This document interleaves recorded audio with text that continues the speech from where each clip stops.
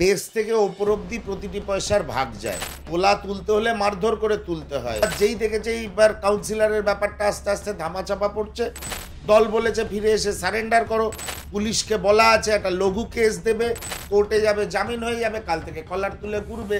বাংলার মানুষ যেদিন জাগ্রত হবে, এদের যে কি করুণ দশা হবে ভাবতে পারছো না। জল দিয়ে ঝাঁটা দিয়ে দুয়ার ধোবে বাংলার মানুষ। দল বলিয়েছিল, শুনো, পয়সা তো উনি একা খাননি। দেখো, তৃণমূলের পয়সা বিতরণের সিস্টেমটা হচ্ছে ওটা একটা ত্রিভুজের মতন। বেস থেকে ওপর অব্দি প্রতিটি পয়সার ভাগ যায়। কেউ সততার প্রতীক নয় বাংলায়। বেস থেকে ওপর অব্দি পয়সা যায়, সেই পয়সা ভাগ হয়। তাই এবার যখন পয়সা দিচ্ছে না কোনো প্রমোটার, কোনো ব্যবসায়ী পয়সা দিচ্ছে না, পন্থাটা কি? পন্থা তো আইনিভাবে তোলা যায় না। তোলা তুলতে হলে মারধর করে তুলতে হয়, চাপ সৃষ্টি করে তুলতে হয়। তুলেছে, এবার সেই প্রমোটার পয়সা দেয়নি, প্রমোটারকে পিটিয়ে যখন এটা মিডিয়ার চোখে এসে গেছে, সাধারণ মানুষ দেখে ফেলেছে, তখন পালানো ছাড়া রাস্তা নেই। দলই বলেছে পালিয়ে যাও।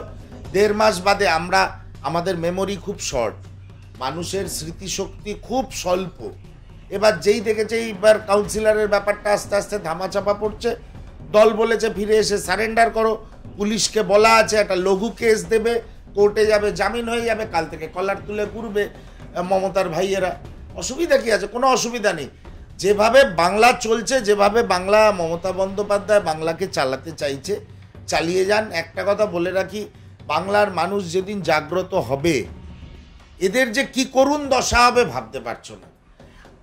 যেরকম আপের ঝাঁটা দিয়ে যেরকম আপকে তাড়ানো হয়েছে দিল্লিতে, এদেরও মানুষ বাড়ির চৌহদ্দিতে গেলে ঝাঁটা দিয়ে তাড়িয়ে দেবে। এরা বাড়িতে ঢুকলে জল দিয়ে ঝাঁটা দিয়ে দুয়ার ধোবে বাংলার মানুষ। সেদিন বেশি দেরি নেই।